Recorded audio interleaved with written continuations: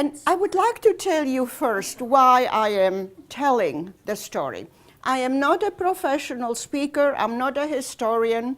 I only tell about my childhood because I was so very fortunate to have survived the Shoah, which is a word I prefer to the Holocaust. Shoah is Hebrew for Holocaust. And just to digress for a minute, which I do all the time, there have been other Holocausts, the Armenian Holocaust. I mean, what's happened in Rwanda, what happened in Darfur, in different places there are genocides going on. So when I refer to the Shoah, it's about our particular tragedy. What happened to Jews in Nazi-occupied Europe and to some other people also, such as, not on the same scale, but Jehovah's Witnesses, gypsies, homosexuals, political prisoners. So I'm speaking about the Shoah. The reason that I'm doing it is because, as I mentioned a minute ago, I was so lucky to have survived. Most Jewish children in all the Nazi-occupied countries in Europe were murdered. About 1.5 million of Jewish boys and girls were killed. And we will go into this. Why were we, the children, the major enemy? Now, in all, due respect to these young people here, there is no way of telling about what happened except what I remember. So if you parents, if you think that these young kids are okay, fine. If not, it's up to the parents, okay? My granddaughter's book is written for children, so you can perhaps go into it with the young people here later. And another reason that I think it's important, as Peggy said before, is to tell our the future leaders of our country and anybody of what we human beings are capable of doing to one another. So the Shoah is a unique tragedy that happened to us, but the lessons of it are universal. It doesn't matter where people live or at what age. What you learn about those years is very important for the future too. I was born in a large industrial city in Poland called Lodz, L-O-D-Z. It was 1932, and I was an only child. We were not wealthy, but comfortable. My father was a businessman. My 2 grandmothers lived with us in a very comfortable, beautiful apartment. Lodz is and was a large city. So if you can imagine Chicago or any large city, and there are more apartments than individual homes. Each summer, we vacationed at a little village not far from Lodz called Żakowice. And it is the summer of 1939 that I remember particularly well. When I said we vacation there, means my immediate and extended family, aunts, cousins, uncles, and so on. We stayed in these simple cottages, and I had a wonderful time there. I recall it so clearly. Beautiful forests, green meadows, sunflowers that were taller than I was. And I was looking forward to start school that fall when we were going to return home. There was suddenly a change in the mood that I could sense my family members. There was some whispering going on. And when I questioned what's going on, oh, nothing, nothing. Well, I was a curious kid. And while in the evening, often, the adults would play cards and different games on the veranda of this cottage by kerosene lamps, I would try and listen in. What were they, And the minute they saw me, my mother back to bed. And so I knew there was something going on. Well, within days, my family decided that we better go home to lodge. There was some trouble on the horizon. Some talk about Germany, about war, meant absolutely nothing to me. I was very disappointed that we had to cut our vacation short and go back home.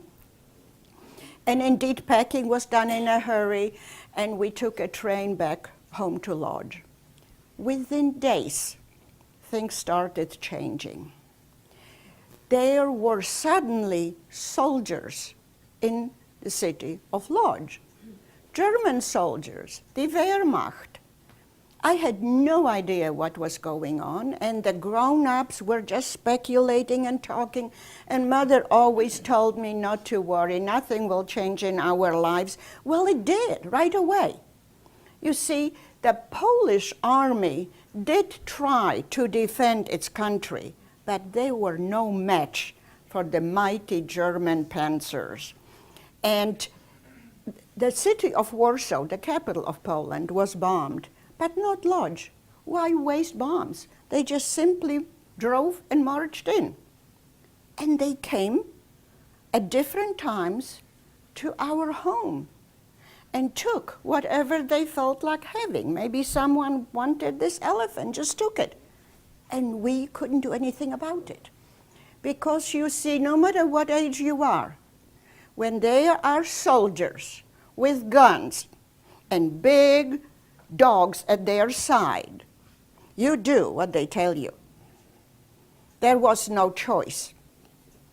I remember when they came in one day, which is, by the way, illustrated in Phoebe's book. It must have left an impression on my then 13-year-old granddaughter. We were sitting around the dining table when some men came in, and I mostly remember their shiny black boots. That somehow stayed in my child's mind. And they came in and took the chandelier that was hanging over the dining room table, and we were just all standing there, my mother with her arm around me. It's going to be okay, it's going to be okay. And events like this happen every few days. Then orders were given. One of the first was that we Jews were not allowed to walk on sidewalks. By the way, the city of Lodz, 1/3 of its population, 230-some thousand, was Jewish. Big industry in textiles, and much of it was owned and operated by Jewish families that have been doing it for ages. Lodz was known as the Manchester of Poland. Anyway, so the order was given, one of them, we may not walk on sidewalks. The next thing was, my father wasn't allowed to go to his business. My father and his uncle were partners in an office, wholesale office machines business. That were the early typewriters and all that, you know, none of this stuff, but you know what I mean. He wasn't allowed to go to work. Food shortage. There were food rations, and for the Jewish population, much less than for the non-Jews. So food became a struggle from the start. But I was very fortunate because I had a nanny that was common then in middle-class families. She was a peasant woman, a Christian Polish woman, who spent the weekdays with us and weekends on her daughter's farm. I loved her dearly. Her name was Furmankova, and she was very devoted to me and to my family. And when she went home to her daughters over the weekend, she would bring back butter, vegetables, and all the various things. So we really considered ourselves very lucky. And as long as she was allowed to do it, she continued doing it, eventually even when it became dangerous. Another order that was given was that we had to wear these yellow stars of David on all our outer garments with the word Jude, Jew, printed on them. Have any of you seen any films, documentaries, museums? You have seen that. Front and back, so that when we were outdoors, we could be easily identified, harassed, insulted, beaten up, not only by the German army, but by some anti-Semitic Polish hooligans who now saw an opportunity to let out their feelings and their hatred on their Jewish neighbors. Not all, but there were many. Anti-Semitism in Poland goes back for a long, long time, unfortunately. And then one of the most painful for me orders that we had to follow was that I wasn't allowed to go to school. Jewish children were not allowed to go to school. And I was so disappointed. I would see other friends of mine that I used to play with go, and I couldn't. Well, things became worse all the time. There were more edicts, more orders, more rules set out to humiliate us, to just take away any rights from us. We were Polish citizens. We have lost all our civil rights, any rights. And eventually, it was announced that we would be relocated. And that is a word that if you study about the Shoah, you should remember, relocated. We were told what day, what time, where to assemble. We could only take that with us which we could carry. There were a few people, young, single, who somehow managed to escape. But of course not a family. You wouldn't leave grandma behind, would you? And in order to find a refuge somewhere, you had to have someone on the other side of this electrically charged wire fence, which was over the stone wall, that would take you in. So, I'm ahead of myself, sorry. We go back to the time we had to leave home. On the evening of the morning of the departure, the evening before, my family and some others decided that they would bury some of their prized possessions, some silver, some family heirlooms, in the courtyard of the building. It was done at night. And when this was all over, we would come back and claim our possessions. Made perfectly good sense.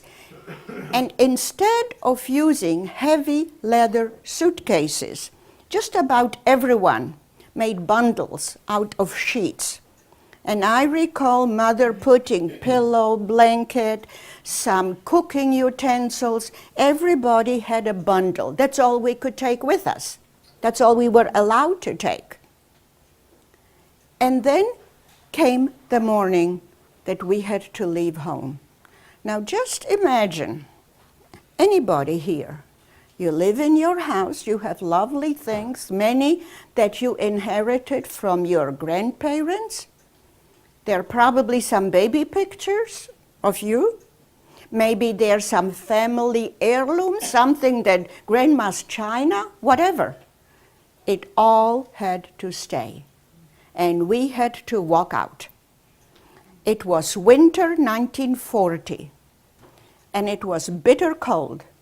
My mother put on me as many clothing pieces as I could possibly wear. I remember how stiff I felt. In order to first maximize that which we could take, and also because it was so cold, I wore a dress, a skirt, sweaters, coat, bundled up with scarves and things, and we walked out. This was very well organized. Nothing was left to chance. As we walked downstairs, we were told to walk, of course, in the middle of the street. There were the guards with the guns, with the dogs, and some of our neighbors were looking, just watching, some leaning out the window and watching, shaking their heads, what's going on. But there were some who were applauding. They were happy to see their Jewish neighbors leave, so they could quickly run up to our place and take whatever they wanted before the Germans got to it. And we walked what seemed forever. As clearly as I remember events, I have no sense of time. The time that I now know and that I tell you, like it was winter 1940, I actually had to research this, study it, because I had no sense of time at all. We walked for a long time, and then we arrived at an area called Bawuti, which was an old, dilapidated, run-down neighborhood. The people who lived there had to leave, and that would become the Lodz ghetto. Someone asked me earlier, when did the camp life start for me? It was winter 1940. We were taken to a building, upstairs, some rickety stairs, dirty, no bathroom facilities. We were taken to a room, my mother, dad, both my grandmothers and someone else, and my mother, the most resourceful person you can possibly imagine. Keep the word resourceful in mind. In order to survive, you had to be resourceful. Well, she immediately made the best of a bad situation, found an old cot in the room, dusted it off, pulled out a clean sheet, blanket, pillow, and that would be my bed for the next 4 years. At first, now mind you, I was still a kid. I really didn't know what was happening. It was just that I was with my family and assured that it will be all over. Life will go back to normal. I'll go to school, we'll go back home. Well, this Lodz ghetto became one of the most sealed-off ghettos in Europe. There was no way that anyone could sneak out or come in. They set up a Jewish, what's the English word? It was a Jewish administration that had to follow the Nazi orders. And at first, this administration tried to make life as normal under these conditions as possible, to allow for some human dignity. A school was organized, a hospital was open, there were even some concerts performed. Everything to keep, as I said, one's human dignity, just being a human being. That didn't last long. That had to be closed. More and more people were brought to the Lodz ghetto from all over Nazi-occupied Europe. And then people were taken out to be relocated. The disease and hunger was getting worse all the time. And the SS Gestapo announced that they will take some children and relocate them to a better place where there would be fresh air, better food, they would be better taken care of. And of course, some people, prior to Auschwitz, agreed to it when they saw their kids hungry and sick. However, nobody saw the children ever again. And people started talking and speculating and worrying, and decided that they wouldn't allow their children to leave, no matter what. And at that point, the SS, the German officials of the SS and the Gestapo, announced that they would come through the streets of Lodz and pick up children. Sorry, I know, it's a very sad tale I'm telling you. And children were being taken off from playground, there were no playground, from the outside, from homes. There was a hunt going on for Jewish children. And I always like to ask the kids that I talk to, why were the children such a threat? Why were Jewish children the enemy of the mighty Third Reich? Why? Why children? Next generation. In order for genocide to succeed, in their crazed minds, they felt that children had to be done away with. Children were not allowed to live.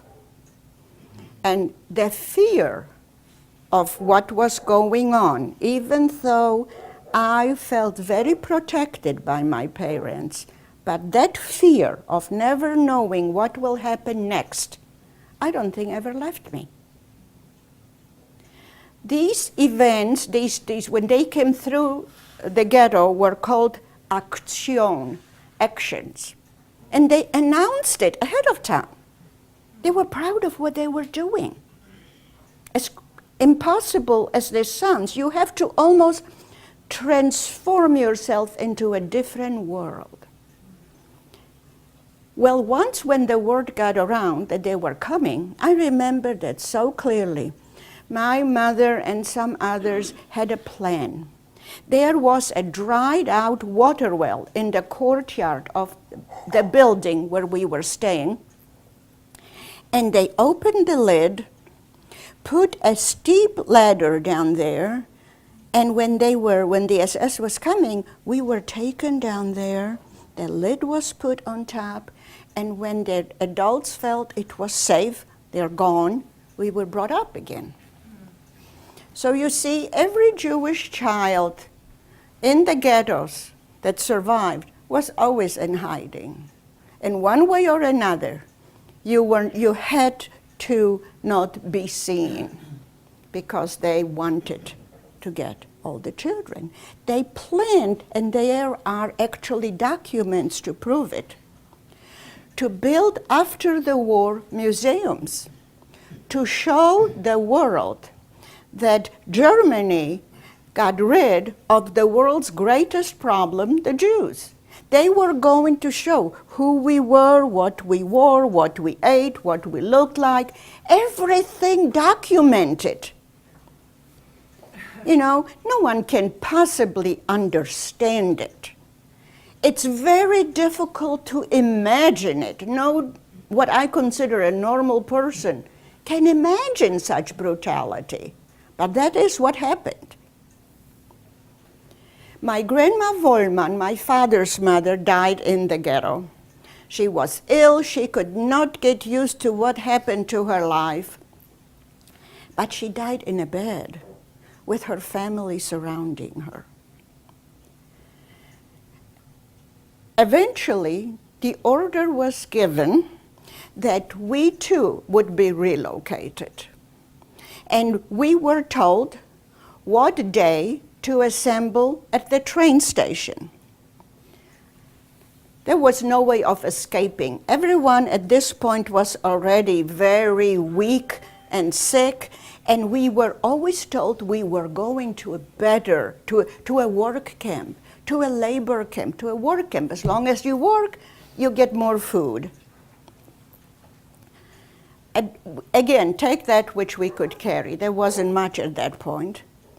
And I remember getting to the train station. My mother, my dad, my grandma Kaffeeman, my mother's mother, some other relatives. But at this point, I don't even remember my cousins or aunts or anyone. You know, there was just a total disconnect. And when we came to the train station and were told to enter into the train cars, I couldn't believe it. This was a cattle car, not a passenger train. They were these red wagons like, and it was high off the ground. My father had to lift me, and we were told to get in, more. They packed us inside like sardines. We were standing against each other for a long time. Eventually, I remember the sound of metal hitting metal when the doors were locked. And we still stood there. It was hot. There was a bucket in the corner, which was to be the bathroom facility. We were tied against each other, mother's arm around me. Children were crying. Some people became ill and kind of slid between us. Some people were praying. And then the train took off, and we were heading towards some unknown destination. People were speculating, talking, maybe some of the rumors that they heard about in the ghetto, maybe some of it was true, maybe we should have all committed suicide. There was all this talk going on, whispered. And I recall the sound. You see, sounds and smells stay with you longer than anything else. I remember the sound of that steam engine whistle as we were traveling, and then we stopped. And the doors were opened with a loud noise, and everything that I remember up to this point that happened to me just doesn't even compare what was happening now. We were screamed at, raus, schnell, get out, fast, fast. And as we were getting through this door of that cattle car, men and women were immediately torn apart. I no longer saw my father, but I stayed with my mother. And we were made to run, mother, I, and the other women, my grandma, towards one direction. We had no idea where we were or what was going on. But the children, the old people, the sick-looking people, went to another direction. There was the selection taking place. One of the people there was probably Mengele, who was organizing all these selections. We didn't know. The name meant nothing to us, but we were in Auschwitz-Birkenau. I remember the smell as we got out of these cars. Horrendous, disgusting stench. And we were made to go run towards the right, that direction.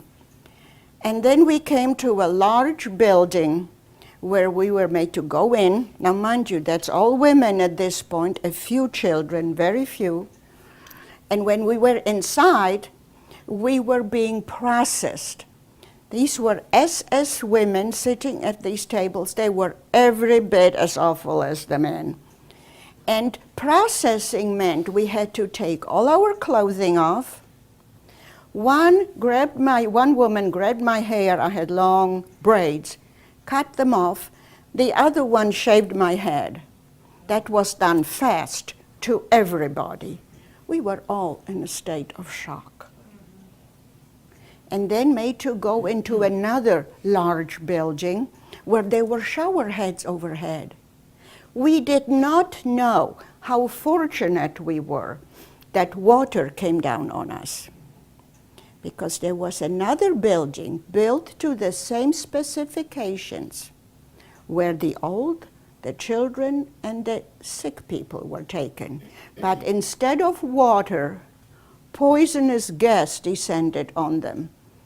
They were killed and their bodies burned in the crematoria ovens built for that purpose. This was a business. Don't kid yourself. There were people, this was a killing industry that ran all this. After getting wet, it was bitter cold. I don't remember any towels or anything. We were given these coarse striped pajama-like uniforms and wooden shoes, and all marched off to one of the barracks. If you're ever at Auschwitz or Święcim, as you mentioned, you will see these barracks as far as the eye can see. They're still there, many. And long buildings, all built to the same specifications, very well designed. Everything was done by the industry and by the SS and by all these companies that work towards the killing efforts.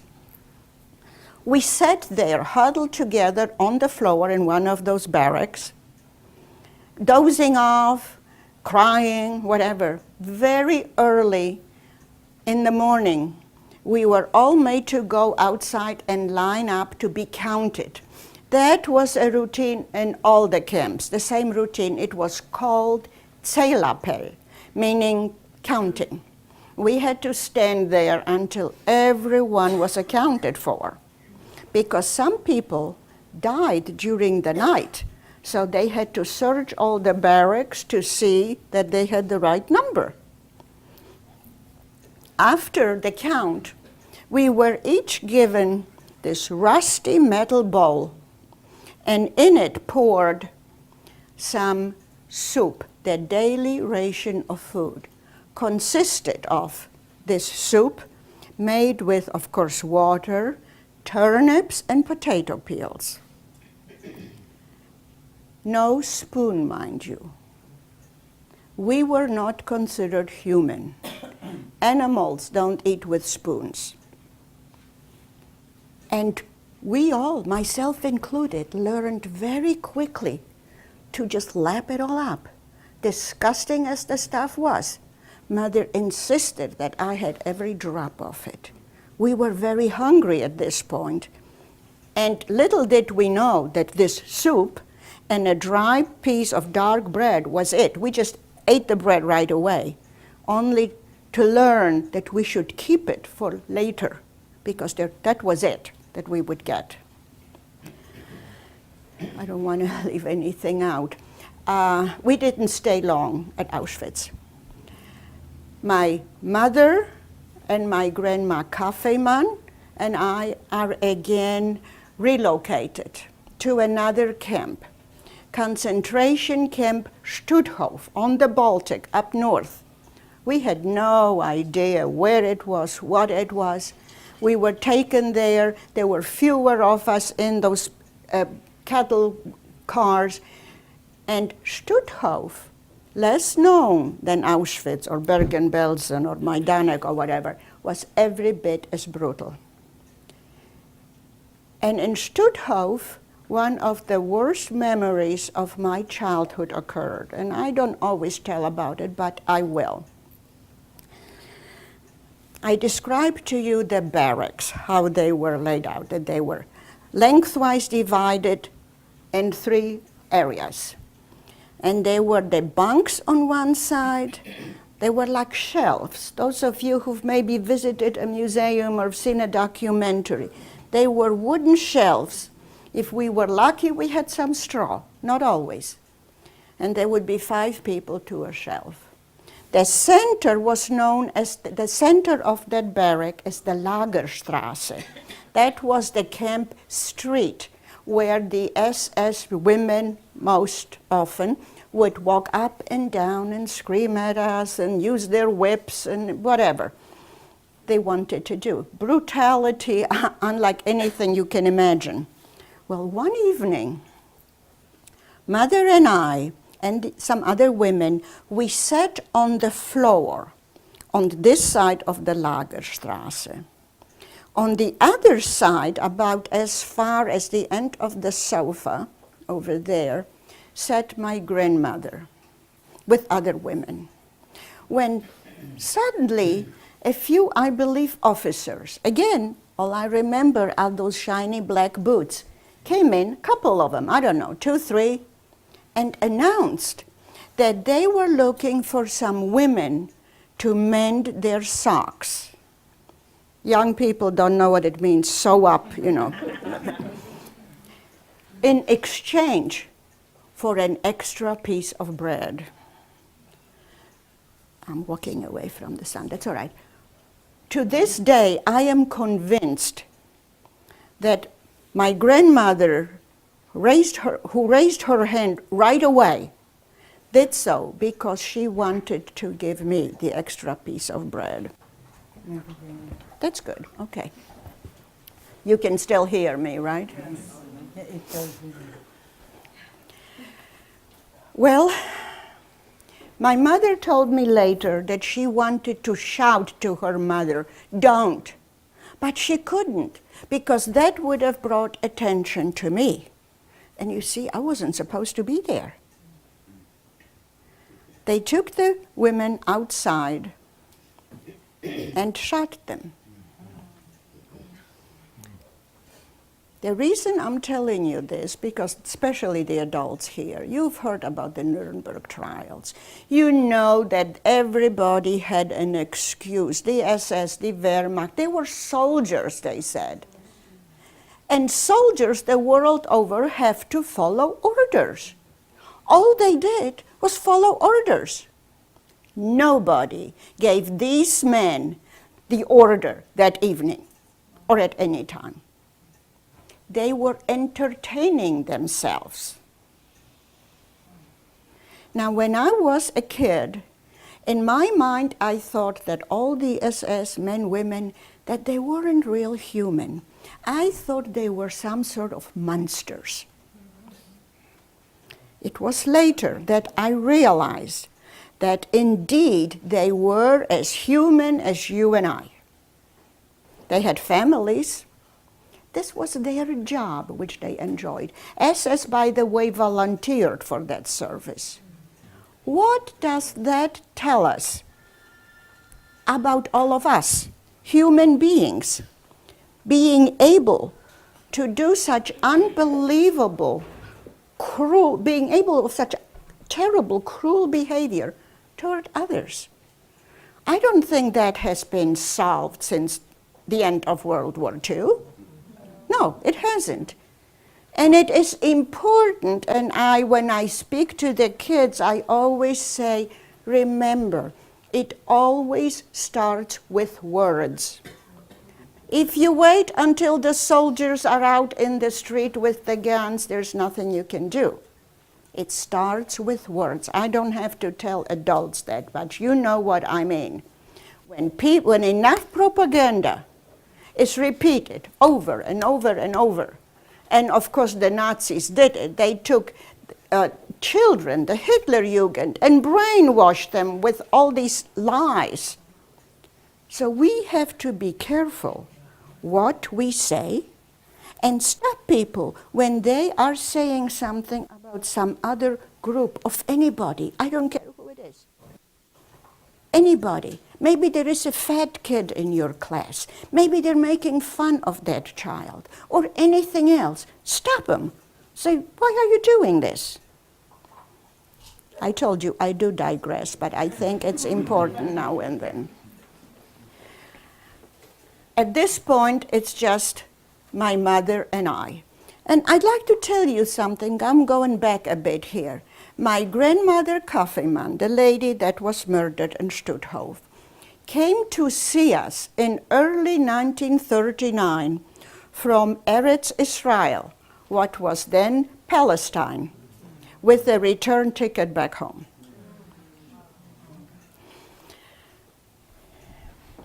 Now it's just Mother and I, and we are again relocated. And this time, lucky for us, we end up as slave laborers in the German city of Dresden. Anybody heard of Dresden?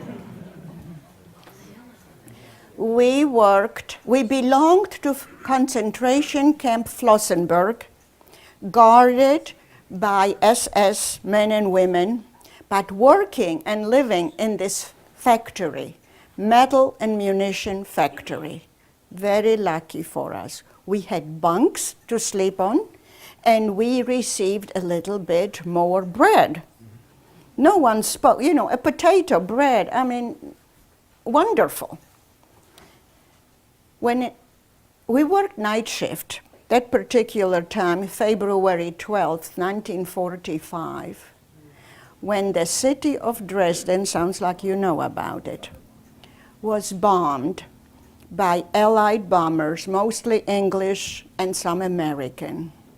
And we were working night shift. I was sorting bullets on a conveyor belt. My mother was punching holes in some metal sheets. That bombing was something that's beyond description. The worst bombing during World War II with conventional weapons. We were fortunate that it wasn't an explosive that hit our factory, but an incendiary. Everything was on fire. Within minutes, everything. We were in the basement where we worked. Those people on the top floors, no telling what happened to them. It was beyond description. Everything was on fire, but the SS never lost track of watching us. It was more important to them than getting away themselves. They got us out of the burning building and marched us through the burning streets of Dresden to a meadow outside the city where we sat and watched the flames from distance. 2 young women managed to escape during this chaos. One was found. They brought her back, and we had to watch as she was tortured and killed. Nobody escaped after that. Now, they probably didn't have any trains available. I don't know. But we started what is now known as the Death March. You've probably heard that expression. They walked us. It seemed like forever and ever. We walked through towns, through villages, streets, roads, whatever, along the river Elbe. We were sick, we were hungry, we were exhausted. Those people who could no longer walk collapsed and were shot right then and there. A nail from that wooden shoe embedded itself on the left side of my foot. And my mother pleaded with that SS woman to stop, to let us stop for a minute so that she could get that nail out of my foot and get a rock and get out of the shoe. 9 was the answer. And you didn't ask again. And I cried and pleaded with her. I was in excruciating pain, and she would hear none of it. She dragged me by my hand, I had to go. And I did. And finally we arrived at an open soccer stadium where we spent the night, and she managed to get that nail out and ripped a piece from her raggedy thing that she was wearing, wrapped it around my foot. I have a scar there now. Once in a while it bothers me a little. I was so lucky. I didn't get blood infection or anything. Can you imagine? Now I should tell you, and I think that's important for young people in particular, but for everybody.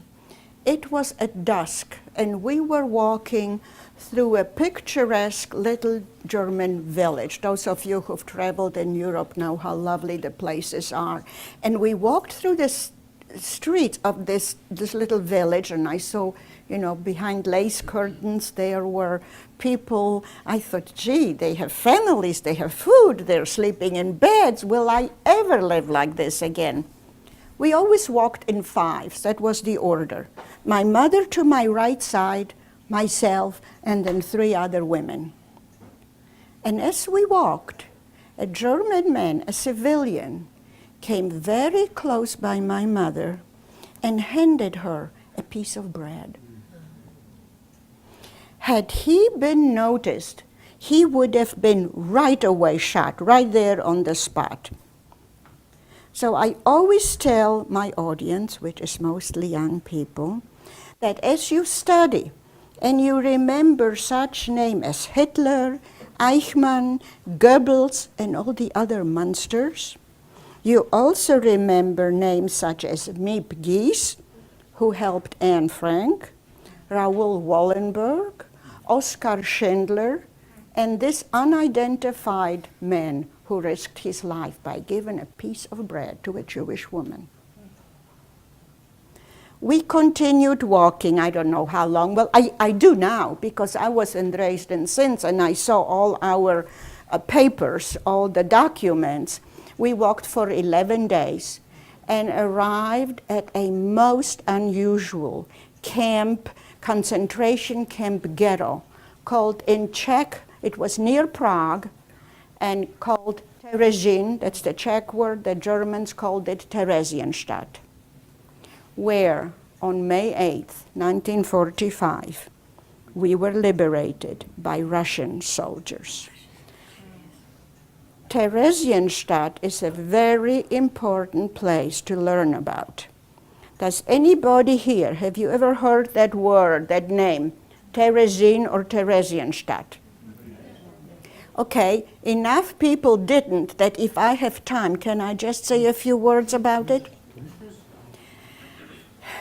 When the camp system was set up by the Germans, when they envisioned a way of doing away with the Jews, they chose this, what was originally a built for soldiers garrison town, and transformed it to a place where the elite of the Jewish communities, mostly from Germany and Czechoslovakia, would be sent. I'm talking about world-famous people, writers, composers, scientists. They were told that they would be taken to Terezín, where they would stay duration of the war and everything will be just fine. And these are prominent, well-known people, many artists among them. Some women arrived with evening gowns that they were going to wear to various events. Well, it was better than Auschwitz at first. But here is the incredibly interesting part.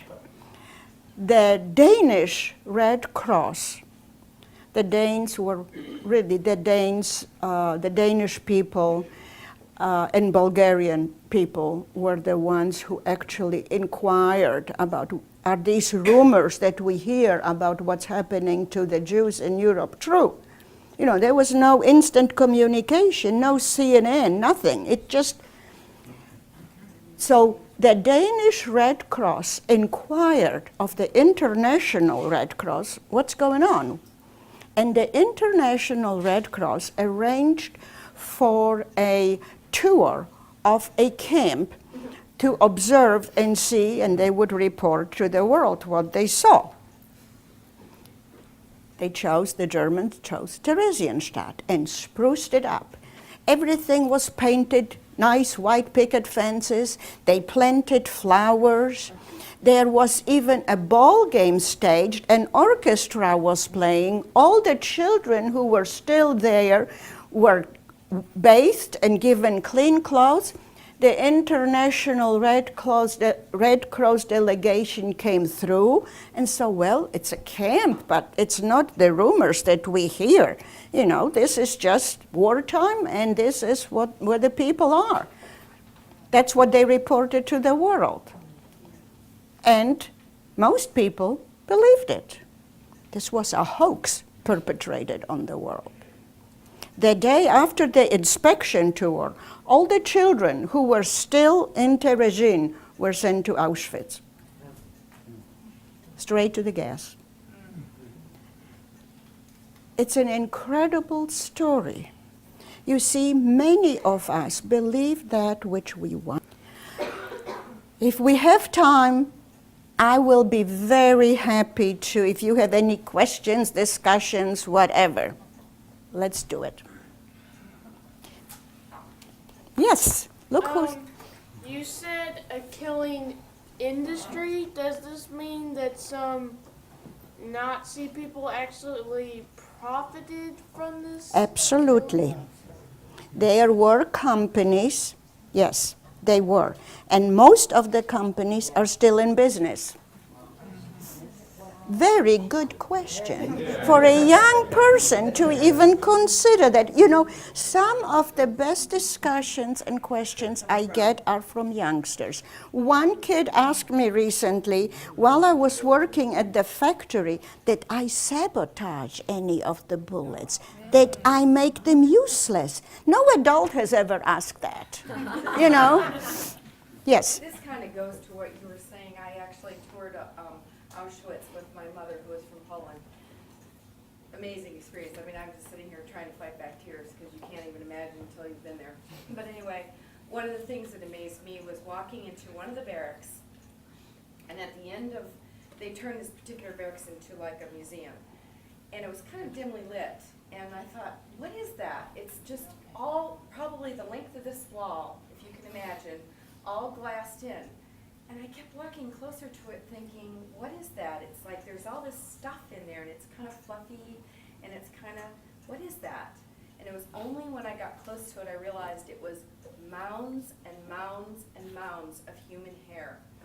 I mean, like baby's braids and hair. It was. And all this stuff was sent to the German manufacturers of furniture. That's right. I mean, they saw That's right. This, hair. you They see, knew what it was used for, you are so right. They Now, knew what was going no on. one can, I mean, Hello. yes, absolutely. You see, Dachau is 15 minutes from Munich. The people, Dachau is a concentration camp. People who worked there lived in Munich.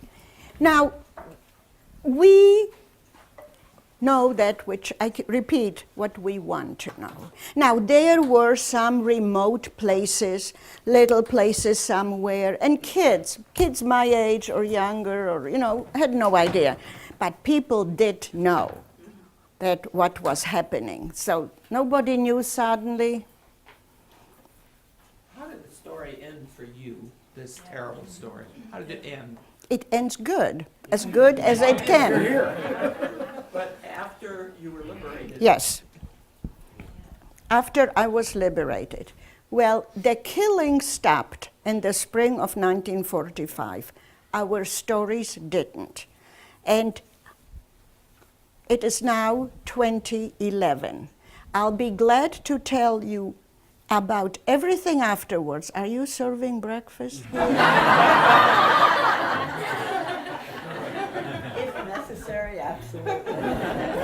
Well, let me tell you just briefly what happened. We were reunited, Mother and I, with my father in Theresienstadt. I couldn't believe it. I mean, really couldn't believe it. And when I'm going back now many years, when I first started telling my story, which I didn't when my kids were growing up, I didn't talk about it. None of us did. No one wanted to know, and it was too bizarre. Nobody would understand. We just wanted to go on with our lives. And I'll tell you where I ended up and what was important to me then. But my father was very ill. We were all skeletons. So first when the Russians came, they gave us food.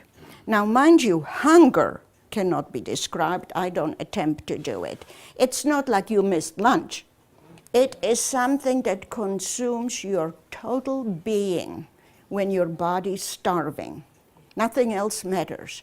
So they were giving us candies and stuff, and we ate, and we ate, and we would become ill and eat again. After that, we stayed in Terezin because, where do you go? What do you do? And you have to be well enough. And there was nothing, no transportation, nothing. Total chaos. People just looking for relatives. And I should tell you that some people had the strength to fight and survive in the hope that they would find husband, wife, mother, father, family. And some, at the end, when they realized they were the only ones living, didn't want to go on. After a while, we and others got a ride by the Russians to Prague, which is about an hour's drive. And the city of Prague opened its doors to us. The hospitals, the schools, the restaurants, they all took us in. I remember my first bath and sitting at a table and eating. My father was very ill, and we couldn't go anywhere else, but people were not, now what? There were no other country wanted us at this time any more than they did in the 30s. The quotas were full everywhere, everything. Some people just wanted to go back home to see who was left. But at this point, by the time we were sort of well enough to hitchhike, that was the only way you could go, word was coming back from Poland that some of the survivors who returned to their homes were not welcome by their former neighbors. They didn't want to part with all the loot, with all the stuff. And in the city of Kielce, those who returned were killed. Most of the people from the camps eventually ended up in Germany. And there is a marvelous book by the title, Safe Among the Germans, written by a historian, Ruth Gay. And I'll tell you why. Because the Allied forces, now the Russians were already doing their own thing, closing things down. The Americans, the French, and the English set up these displaced persons camps, DP camps. And survivors of the Shoah, the Jews coming from all the different directions, were safe there. It was a camp, it wasn't a prison, but I have read so many stories about the DP camps, and I will tell you one bit of it. There was an incredible exhibit at the U.S. Holocaust Memorial Museum in Washington, D.C. The title of it was Life Reborn. And I have books in Tulsa about that. As tragic as people found themselves alone, most of those who survived, by the way, were in their 20s and 30s. The old folks didn't, and the kids were gone. These people, very soon after liberation in these DP camps, they met someone and they got married, lost their first families, and had babies again. And the front cover of the journal from that exhibit shows women pushing baby carriages. It was the highest marriage and birth rate in the history of us, wanting to go on with life. And I think that is such an inspiring story after having gone through all this. Now, I know, and I meet every year with what were the second generation, some of the children of these marriages. It's not been easy. Even if the parents tried very hard to protect them from the fact that there was a first family, that they lost their children, they just through osmosis, they absorbed all this and are having a difficult time to this day. Not all, nothing is all. They're always, people are people, everyone deals differently. But percentage is high that these children grew up with very difficult circumstances. Did it change how you raised your children? Well, I don't know how I would have raised them had I had another life. But I do know, very much so. I was, and I still am, now I am overprotective grandmother. You see, it doesn't get, when your kids grow up, those of you who have families, it doesn't get you don't become any less anxious, it just multiplies. Now there is a daughter-in-law and more, and you worry about them, sure, and grandchildren. But I know that, and they know it. When my kids were growing up, I didn't talk about any of this. I wanted them to grow up to be normal, happy American kids. Now, I should go back to your original question, because eventually we made it from the Russian zone occupation to the American. Everybody wanted to go to the American zone because the GIs, our soldiers, American soldiers, were known all over Europe to be the kindest, most generous, friendly people compared to any other army. We all wanted to go to the American zone, which we did. And then there are years of unbelievable stories. But I ended up in Germany. They didn't know what to do with me. I was 12. And the only schooling I had were those few months in the ghetto in Polish. They couldn't put me with first graders, but I barely knew German. And German schools, you know, are very demanding. Anyway, they decided for time being, because we were not going to stay there, that I would start school with my contemporaries, my age level, and have private tutoring all along. And there were 3 foreign languages that I had to learn at one time, right then and there. And you know what? If you study enough, and if your mother says, you stay here, you don't go anywhere else, you learn, you do. And you can do it. It was German, English, and French. But I should tell you what was one of my greatest concerns at age 12. Here I was in this German town with all the girls with their long hair and braids and all. My hair was, with all due respect, that wasn't the style then. I wanted to look, I thought I didn't look like a girl, because compared to those German girls, I wanted to be a normal child. And we actually, and I've spoken about this to many other survivors, what we felt on the inside, the pain and all, we didn't share that with anybody. All we could do is present ourselves as normal people by looking normal.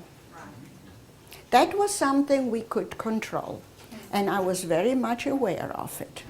Now, there were no stores then open, but I managed to get pieces of fabric, thin, long pieces of fabric, and I have a photo of it. I don't have it with me. My first photo taken after the war. I put a ribbon here, and I put a ribbon here, so that no one could mistake me to the fact that I was a girl. This was important. Very important. It might sound shallow, but you take kids, you want to be like everybody else. And this is, in the years went by, and I did fairly good at that school, and I just wanted to have fun. I was the only Jewish child in that school, in that town of Ludwigsburg, near Stuttgart. My parents eventually, long story, I won't go into it, but they opened up a shop, a souvenir shop, only for the Allied soldiers. There were no stores open. And one of the American soldiers who came in happened to be a New Yorker.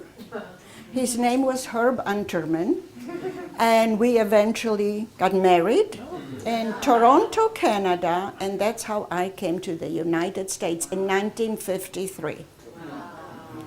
My children, I have 2 wonderful children. They have wonderful spouses and 3 great grandchildren. And when I am asked if I ever had a need for revenge, I truly was lucky not to. My revenge are my grandchildren. Life goes on, and I couldn't be, I'm very fortunate, very, very fortunate. As long as they are doing well, I'm happy. Yes? If there's questions, can I ask you to do me a favor? Use the microphone only because we're filming it. Okay. And that's the only way you can capture your question. Thank you. Very good. Then I'll be able to hear it. Okay, I have 2 questions. The first one is, and this kind of bothered me since last Okay. time. I really wanted to know, just because it was probably so inhumane, but the lady who was tortured as she tried to escape when there was the bombing and the fire, Mm-hmm. when you guys had to watch her be tortured and killed, what happened to her? And also, I have another question. I'm going to say it now so I don't forget. When the people buried their belongings or silver and stuff We in the did, courtyard, yes. did you get it back? Okay. The first question, I remember that, and I don't know any other way to tell you, but as we were sitting there, they had us all gathered, and they tied that woman with ropes on a tree. And use your imagination how she was tortured until she just collapsed and was dead. I never wanted to go, second question, I never wanted to go back to Poland, but in the year 2000, I was invited, among others, to come to Dresden, to the factory that we worked in. And so my husband and I decided to go to Poland first. I didn't want to visit any of the camps, which I didn't do, but I wanted to see where I grew up, where my parents were young people, where my grandparents, we go way back to Lodz. So we went back, and I knew the address and what have you. Everything's changed. Where the ghetto was, where we lived before the ghetto, it's not recognizable. I looked for the water well, I couldn't even find the street.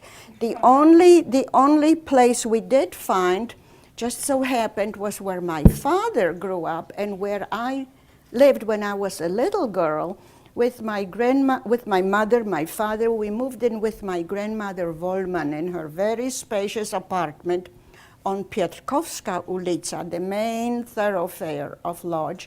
And the hotel we were staying, the Grand Hotel, is like a 3-minute walk from it. So yes, we saw that. And it's an office building now. And we got to go upstairs, and I tried to remember what I could see, Cooper. How long did you have to stay in the train box? In what? In the train? I have no idea. I don't know. It went on and on. For all I know, maybe it was only it was more than just a few hours. I know that, but it seems to me even now that we were there forever. It was several hours. Just a quick question. It sounds like pre-war, the Jewish community and Gentile community in Lodz was fairly well integrated, certainly better than during the war. Have you had any contact at all with any of the children, the Gentile children with whom you were friends before the war? No. And I will tell you that my family, my parents, my father comes from a long assimilated family. They were Polish. We spoke nothing but Polish at home. They considered themselves, my parents, the new young people coming out of the ghettos, looking forward to a bright future. But there I have since learned that there has been a great deal of anti-Semitism, and it came to the forefront when it became okay to gang up on the Jews. Not everybody, but there was much. Now, in the large cities, Warsaw, Poland, and some others, there was more integration because they were universities, they were people mixing. Not anything like here, of course, but in the small shtetls, in the small towns, Jews and Gentiles did not mix.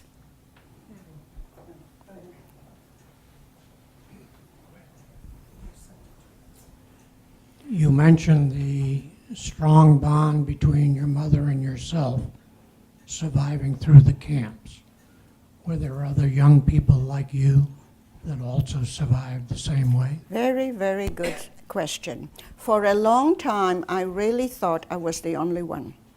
And when I started speaking, I was almost embarrassed to say that I was with my mother, because all the people that I knew in Tulsa had no one left from their family. When we went to Dresden in the year 2000 is when I got all the documents that showed what actually happened to us. Who has seen Schindler's List? Okay. You remember when Oskar Schindler had the factory that he moved, with the workers? Hans Beboff, the head of the Lodz ghetto, wanted to do the same. What he did was use, the Lodz ghetto had factories set up. And that's how we got food, because only those who worked in the factories set up by the Germans toward the war effort. So Bebov, the head of the ghetto, when he saw the Russians are coming, you know, everything looks kind of, decided that he would move the metal factory as his own to Germany as a business. And he would take with him the skilled workers and other people who got on the list, who had connections. And I was lucky. We got on the list.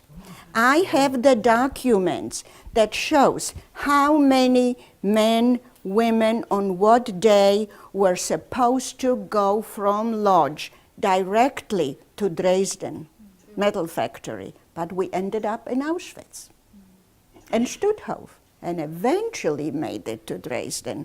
And at this meeting in Dresden, when that I was, there were a few others. There was a boy who was, see, the men and women traveled the same route without knowing it. Men, of course, in one camp, women in another. There were some rumors. There was, in Stutthof, there was a Polish electrician who kind of made connections, you know, people were, you know, so-and-so over, whatever. There were rumors, we didn't know.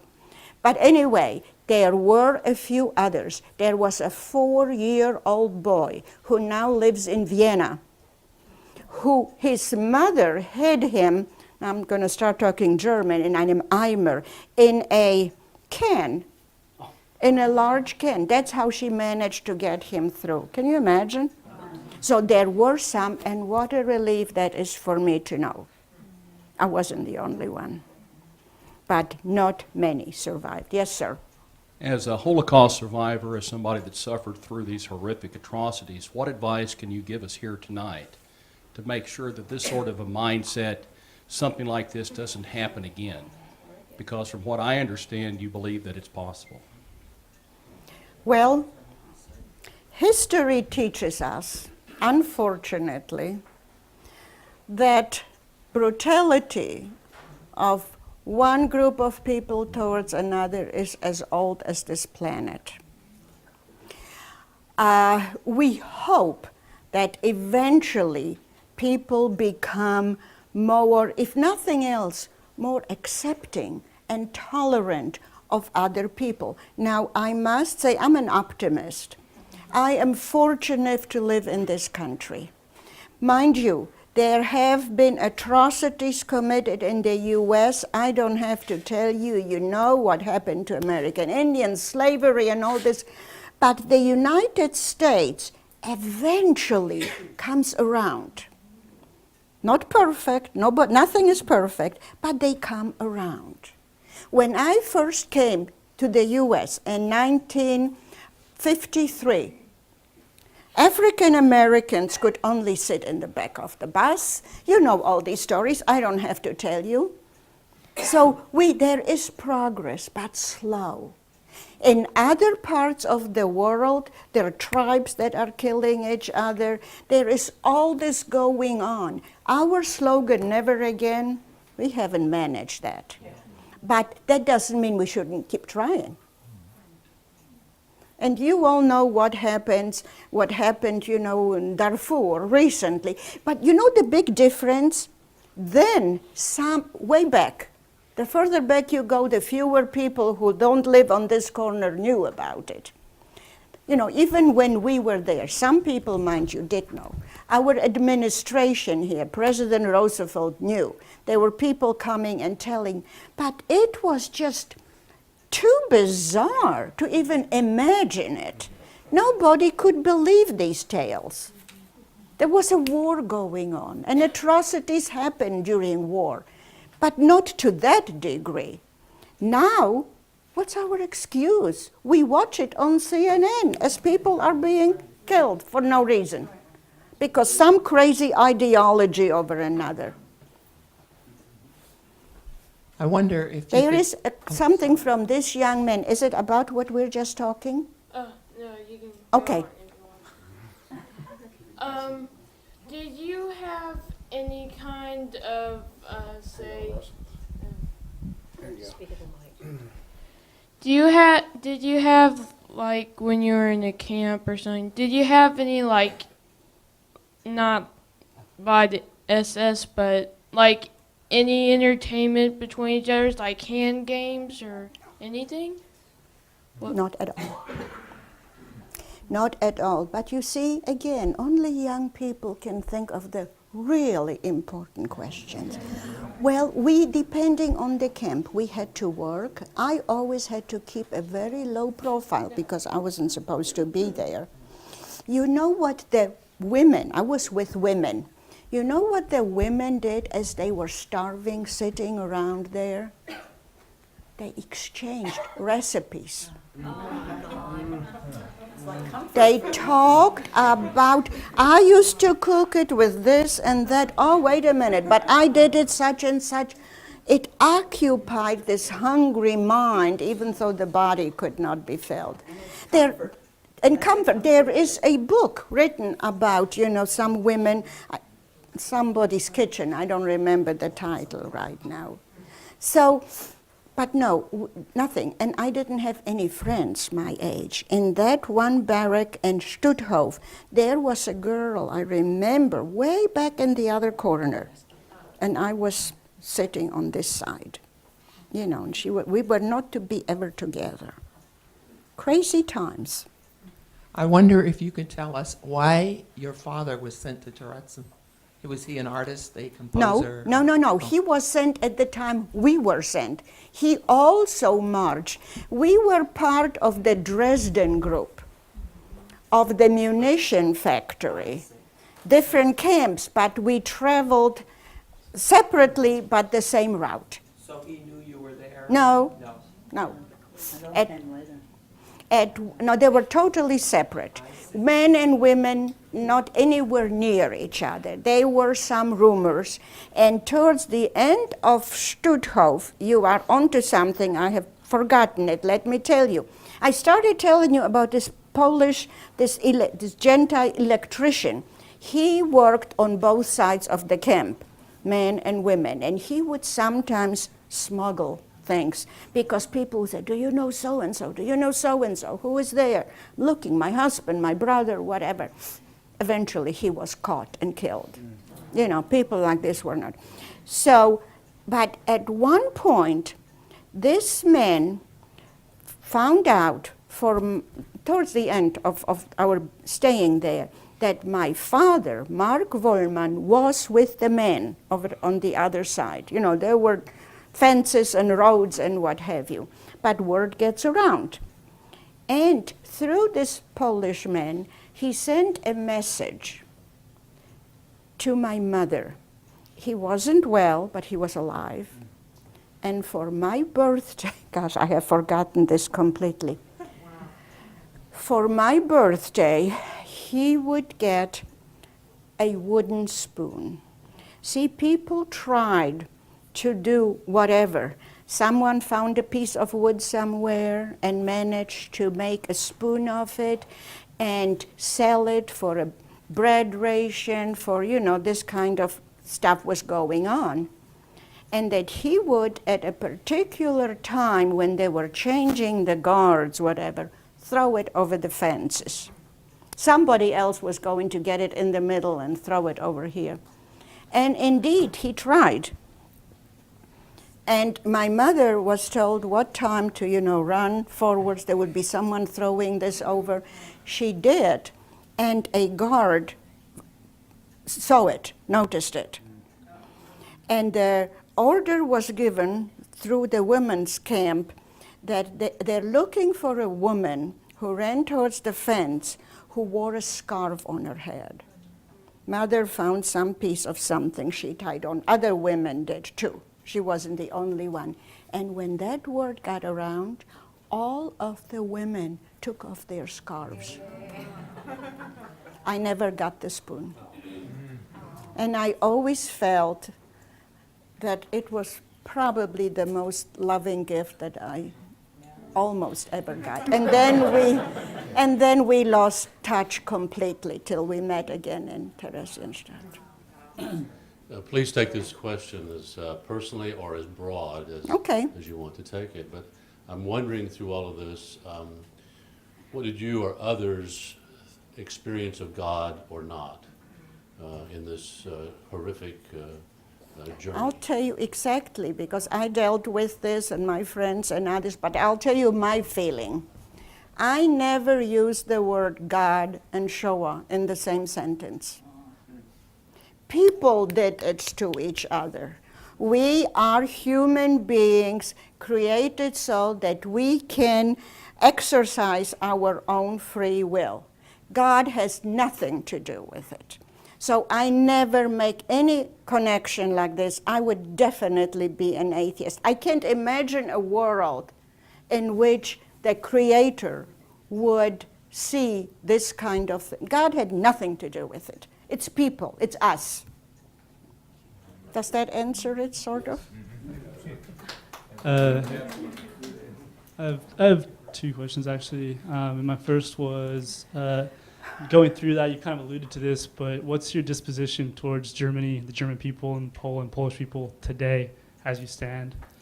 And then my second one was, obviously, you've alluded to the fact that it's all around us now today. There's genocides going on in the Congo and Darfur and Syria and Egypt and all this stuff, and we see it every day, but yet we're not doing that much. And what would you say is the key factor into us being able to combat that in this day and age? Well, your first question was how I feel about German people. I don't judge a people completely as one group. Just in this room, we're individuals with different opinions, with different tastes, with different interests. What was the tragedy is that Germany, as you know, after World War I, they were defeated and totally demoralized and had a inefficient government, and there was a vacuum, which, this is what happens to tyrants like Hitler. He filled the vacuum. He built the roads. He promised them and delivered on jobs. The Autobahn was built quicker and better than anyone could have predicted. And people, the economy was better. Okay, there was always anti-Semitism in Germany too. He didn't create it. He had fertile ground to build it. You gotta have an enemy to blame for all your ills, right? The Jews were to blame for being capitalists and for being communists. Now, how is that? Did the Depression have a big influence on that? The what? The Depression, the Great Depression. The Depression, Yeah. you mean on Germany? I am sure it has. And you have to have someone to blame. And you see, in Germany in those days, besides the anti-Semitism, they were, as far as religion goes, basically they were Lutherans, the majority, Catholics, and Jews. There were not all the other people, as we have different ethnic backgrounds, you know. So it was easy to choose that one group, and this old stereotypical thing that we control the world, you know, with the all, you hear this all the time.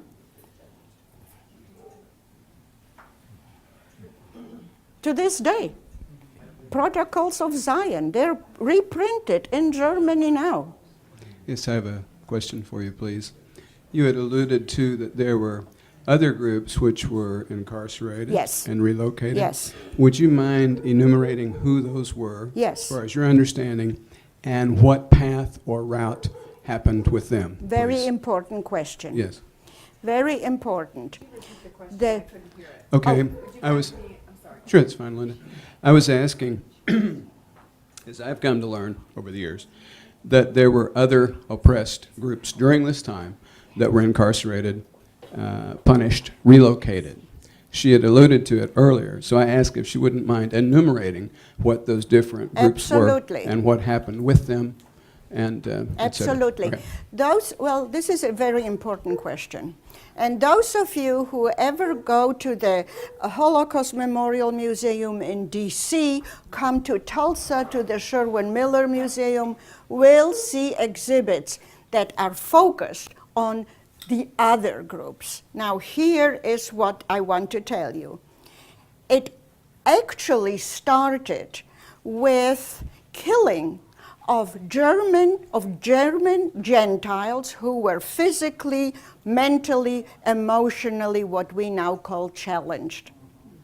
In the vans, this is where they experimented with the poisonous gas. People who had some disability were killed.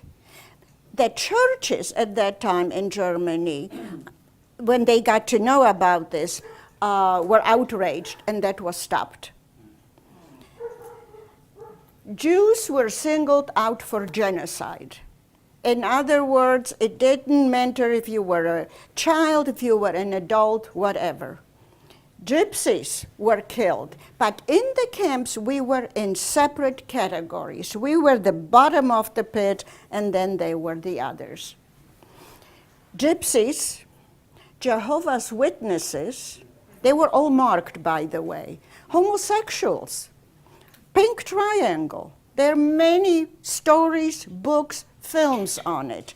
But the mother of the person who was homosexual or the sister was not seen as a threat to the German Reich, just that person. Where with us, if a great-grandfather was part Jewish or something, you were automatically guilty of whatever, So, but I am never without a book that I carry with me, and I should tell you that if you're really interested and want to know everything very important about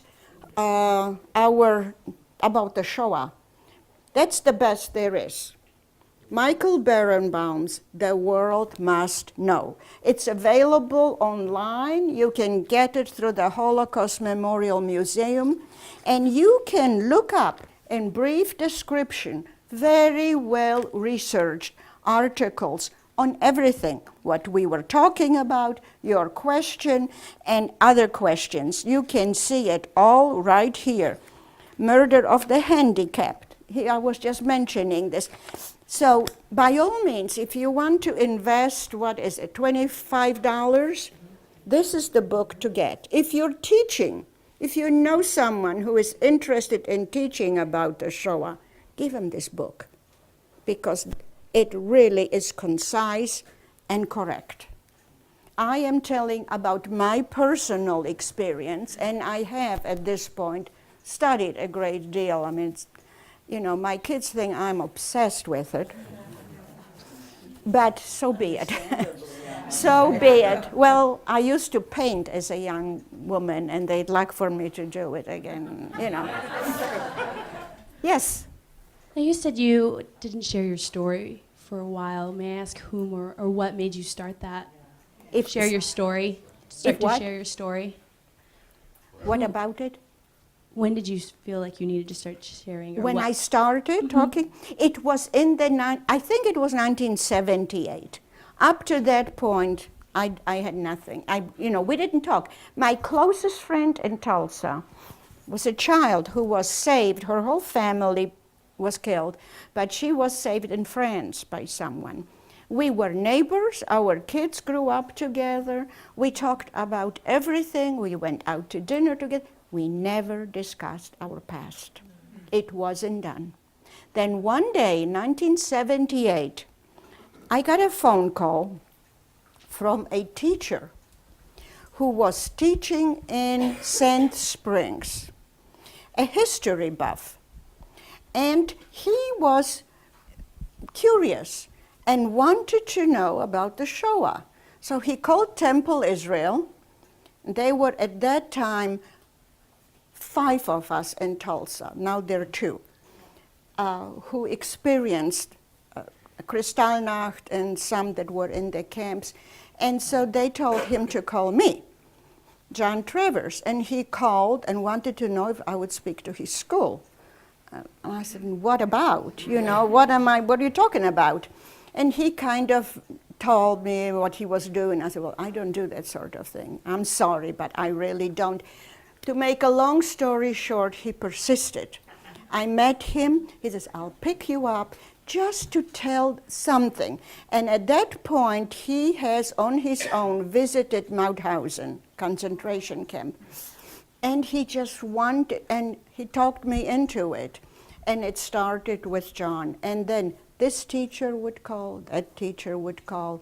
And now you should know that we in Tulsa, go on Google and put in Holocaust Council Holocaust, one or the other, in Tulsa, and you will get our website about all the programs and our most important work with teachers.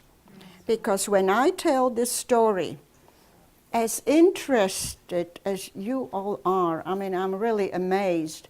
You know, you might mention it to a friend or someone or read a book, but when you tell it to a teacher, that teacher will tell it to all the young people, and the next generation learns how to be aware and try to make a difference. One person can make a difference. I can tell you many stories, true stories, where one person made a tremendous difference. I mentioned that German man with the piece of bread. I'll be happy to tell you other stories that tell us that each human being has the ability for good or evil, and it's your choice. Does anyone else have a question? Tom?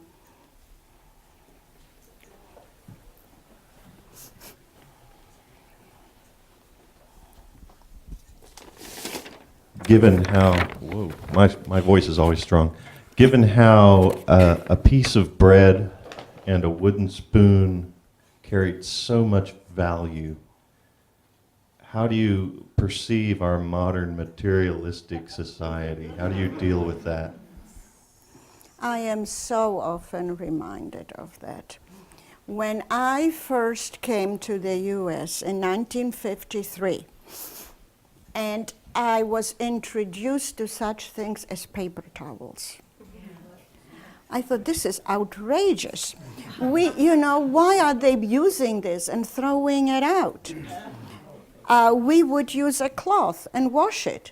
And these folks in this country have washing machines, and they're still not using it. They're using something, throwing it out. I remember when after the war, when we were in Germany, nothing was available. And people made the most, buy a piece of paper, cut it in little pieces. Those were the napkins we used. I hope you don't think it's rude, but I'll tell you that newspaper was used for toilet paper. Yeah, we have carried this way too far. I have absolutely no doubt that we know from every source that we consume more and throw out more than any other people on this planet. There's no need for it. This is absolutely outrageous. The amount of stuff, and that carries over. You go into a restaurant and you order something. They bring you a mountain of it. Half of the stuff is thrown out. I take it home and have it for lunch the next day. But I've seen these plates returned time and time again. We are abusing everything. I think that maybe now, for other reasons, such as less money, and that maybe people are going back to the older ways of reusing things. I will give you Tulsa as an example. When I moved to Tulsa, all the car dealerships were on 11th Street.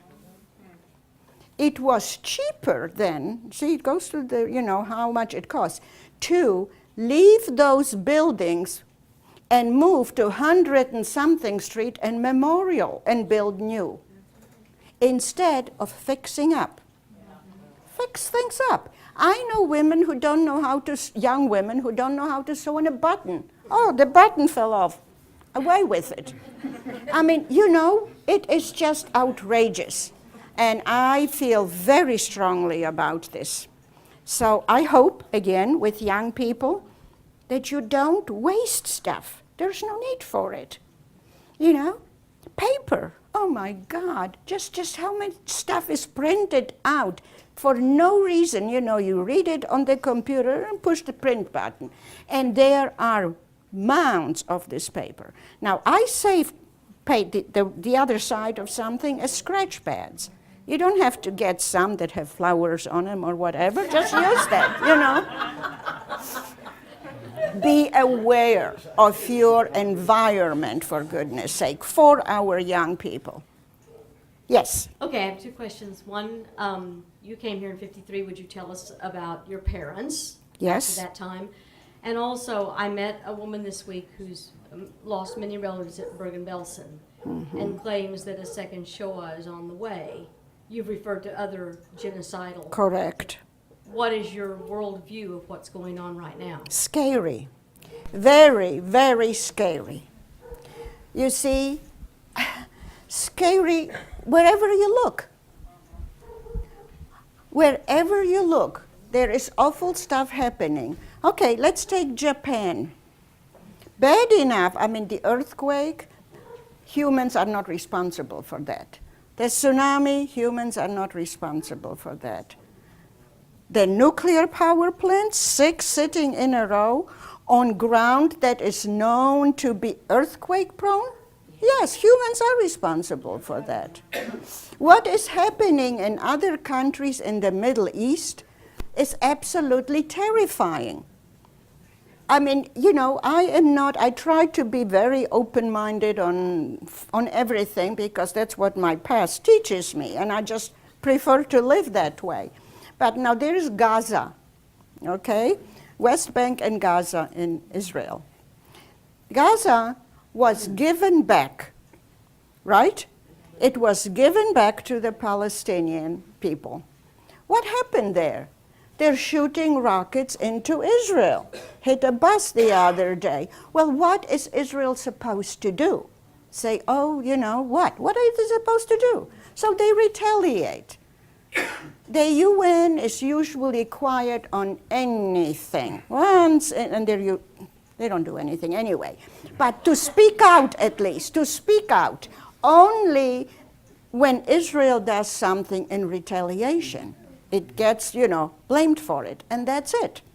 I know that when they're, oh well, don't let me get started on this. And I do think, by the way, that the Palestinian people should have a country of their own.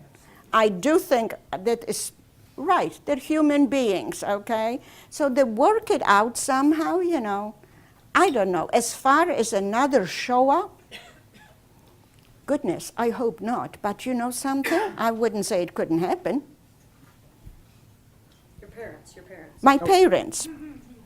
Oh dear, where do I start? Because again, this is just it's an incredible story.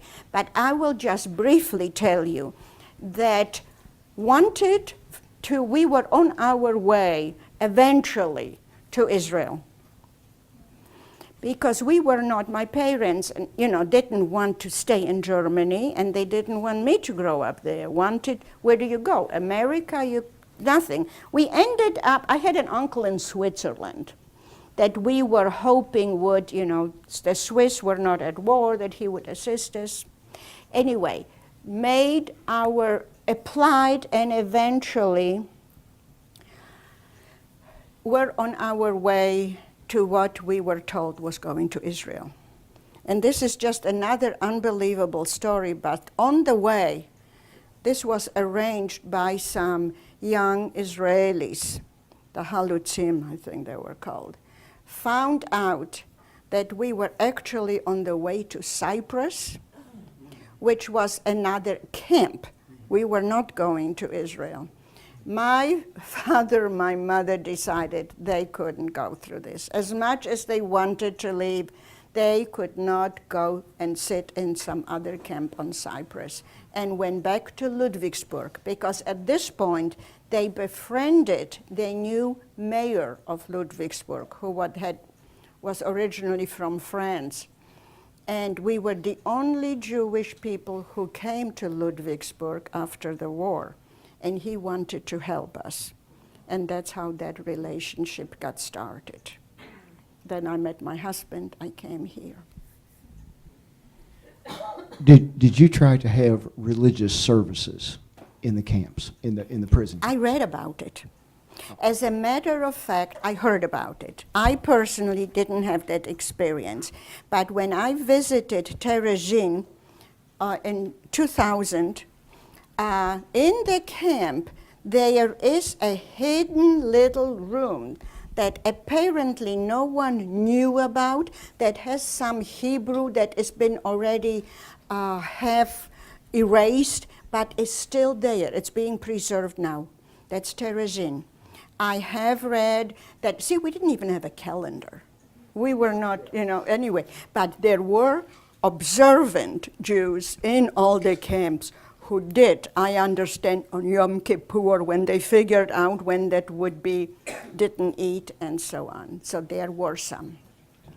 Before we end, oh, you have a question, I'm sorry. Well, I don't really have a question. I'm a member of the American Jewish Committee, and I just got this in the mail. Locating Holocaust mass graves. Rabbi Baker, Director of International Jewish Affairs, announced that the AJC was spearheading an effort to identify, protect, and memorialize the thousands of forgotten mass graves from the Holocaust era across Eastern Europe. So there are still things going on to try and make sense, or to try and put to some comfortable rest. Mm-hmm. And I thought that was really kind of important. It is, and I should tell you two things before I'll quit talking. One is that each year, over the last 15 years in Tulsa, we have an interfaith Holocaust commemoration. And I have been chairing this, and this year I'd like to invite all of you. It's open, it's free to everybody. And I brought a few flyers because it is a totally incredible story who our speaker is. So I will tell you. Her name is Fumiko Ishioka. And Fumiko lives in Tokyo. And some years ago, she's a teacher. Some years ago, she wanted to teach about the Shoah. She wanted an object, and Auschwitz sent her a suitcase. And it said on that suitcase, Hannah Brady, born 1931, and the students and Fumiko were amazed. Who was this girl, Hannah Brady? What happened to her? The topic of our Yom HaShoah Commemoration Day, Holocaust Commemoration Day, is searching for the lost. People who vanished without a trace. Now, when you read great books, Elie Wiesel and others, they wrote about their lives. Every time we had wonderful speakers, they wrote about their own experiences. But there were millions of people, no one ever knew who they just gone. So Fumiko is coming to Tulsa. She will be here from last day in April through the 6th of May. Our program is Searching for the Lost, 2011 Interfaith Holocaust Commemoration. It's sponsored by the Council for Holocaust Education. That's a committee of the Jewish Federation of Tulsa. And it will be a very important and moving program. And the details of it are on this flyer if you want to pass this around. So please, if you like to be our guest, I have more flyers, and I I'll put also... some on the table. Oh, good, outside, good. so when Here, we let leave, me give pick them up. to you. Here you are. And this is Hannah Brady.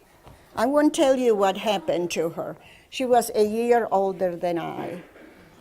And I will leave this with you. There are all the stories, and it says in here, let me show you this one. It started with a suitcase. So here is a woman, a young woman in Japan, who found what happened to a little Jewish girl in Poland, and is coming to Tulsa, Oklahoma to tell us about it. That's the world we live in now. Big difference from the days prior. Here are a couple of those there. Okay, So I also want to tell you something else. First of all, if anybody wants a card to give to a teacher, middle or high school, who would like to, are any teachers here? Okay, I will leave this with you, Peggy. Middle or high school teachers, if they would like to be part, get our electronic newsletters and all this dealing with Holocaust education. And now I'll tell you one other personal little thing that I'm very excited about. I have 2 granddaughters and 1 grandson. My daughter's son, my grandson Jacob, will be 11. Phoebe, who wrote the book, is now 19. Her older sister, Sophie, is 21. She's attending Tulane. And it was her idea that she and I retrace all the places that I have spent, that I have been during the war. And her father, my son, decided that sounded so interesting that he wanted to go along with us. So 3 generations, my granddaughter, my son, myself, will be leaving in July 8th. We have arranged all of this and spent 2 weeks going to all the places that I just told you about. So I want to hear when you come back, just what the emotion was. All right, is there any other questions? So did you sabotage anything? say it again. Did you sabotage anything? Did you sabotage I anything? didn't even know what that would have meant. I just sat there, and bullets that they were shown, you know, we were told what they're supposed to look like, went this way and the others went that way, and that the conveyor belt was just moving. I wasn't thinking, period. I think I just somehow was numb to most everything. I want to thank you all for your interest. Again, thank you, Tom and Peggy, for arranging this. And if you have, afterwards, if you have any questions or you thought of something that you can't think about now, Peggy has my email address. Please send it to me. I'll be happy to respond. And one question to you before you all go. Show me, by show of hands, how many of you grew up during World War II? Okay. You see, most of the people that I speak to, World War II could have been Napoleon's time for all they know. They have no clue. So this makes it's important both ways. Again, thank you.